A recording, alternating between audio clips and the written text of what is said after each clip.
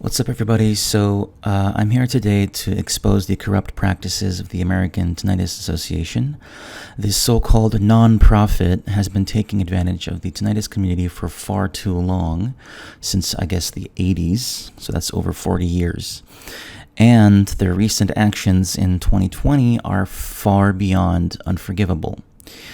If you're as outraged as I am about corporations taking advantage of our community, stick around because we're going to take a deep dive into these scumbags. First, let's talk about what the American Tinnitus Association, or ATA, claims to do. They bill themselves as the nation's only nonprofit dedicated exclusively to serving the needs of the tinnitus community through research, education, advocacy, and support. But the truth is, they've done next to nothing for realistic scientific advancements or meaningful support of the community. They are also known for backing such scammers such as Julian Cowan-Hill and Paul Jadsterboff of Tinnitus Training Therapy. Through my previous videos, I have shown is ineffective towards tinnitus treatment, at least compared to cognitive behavioral therapy. It's just a coping mechanism, and they wholeheartedly support it.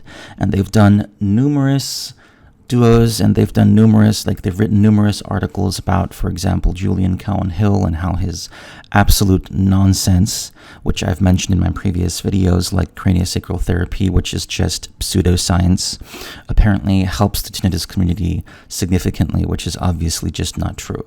It's absolutely ridiculous that such an organization as this would partner up with such scammers and charlatans. Now let's take a look at these donation numbers reported on their IRS Form 990.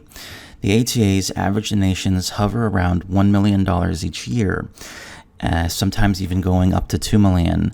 Yet right around the tragic death of Kent Taylor, the CEO of Texas Roadhouse, who committed suicide due to tinnitus severity, their donations spiked to a staggering $4 million in 2020 alone, even more.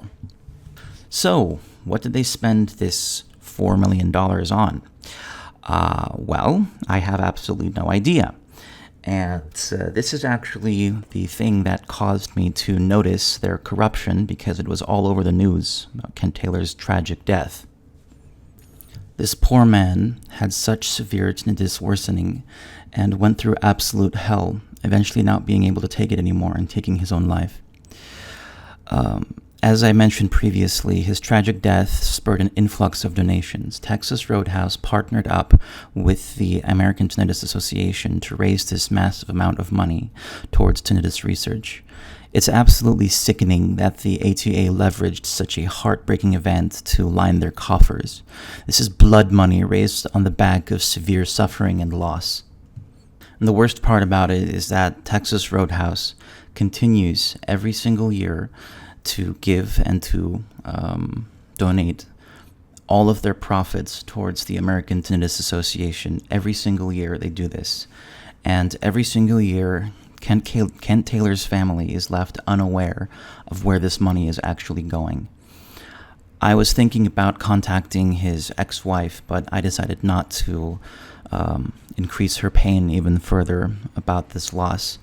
But I really wish that they knew what absolute scumbags the American Tinnitus Association are.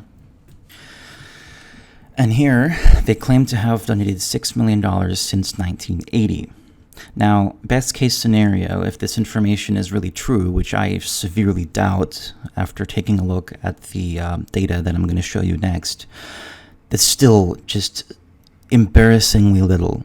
Over 40 years, they've raised only $6 million, and that's what they claim. You know, that's just absolutely ridiculous, considering the fact they've been raising $1 to $2 million every single year.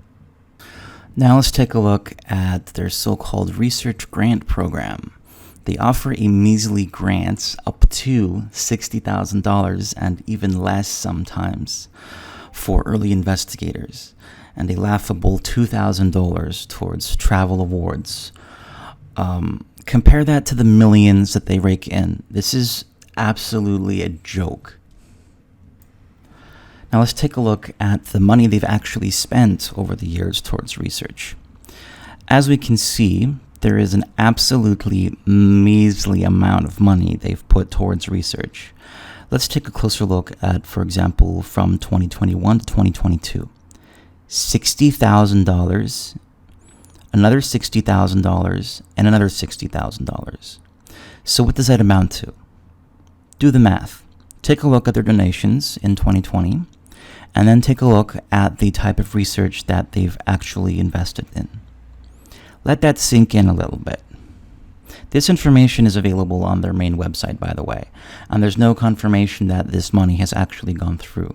These are just the money that they themselves have reported with such confidence, and even then, it is a ridiculously small amount. This list keeps on going. You can see it on their main website. Every single year, it just keeps getting less and less and less from 2023, 2024 onwards. Now let's take a look at their charity rating, which, as we can see, is only 2 stars. Zero impact and low accountability. It's outrageous that a charity supposedly dedicated to our cause is failing so miserably due to their rating. Take a look at the rating of any other charities. This is absolutely miserable compared to them. Now, some people might argue that they provide such services such as a tinnitus hotline, etc., etc. Some of the people who I know who have actually called this hotline would receive just absolutely ridiculous information about TRT.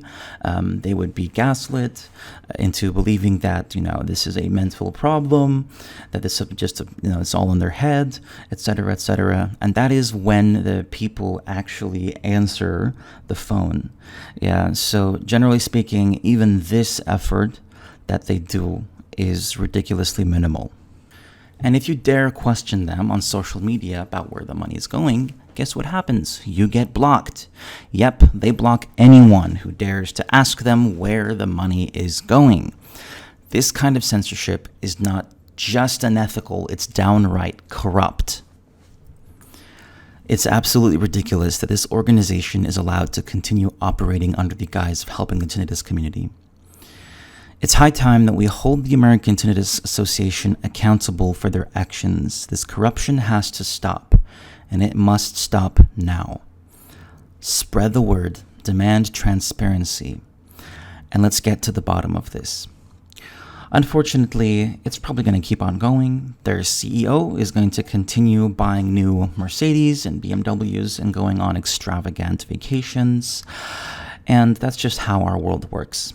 I just wanted to bring this to light for everybody who was wondering about what the hell these guys are doing, and the answer to that is absolutely nothing. Filling their pockets with the money of sufferers.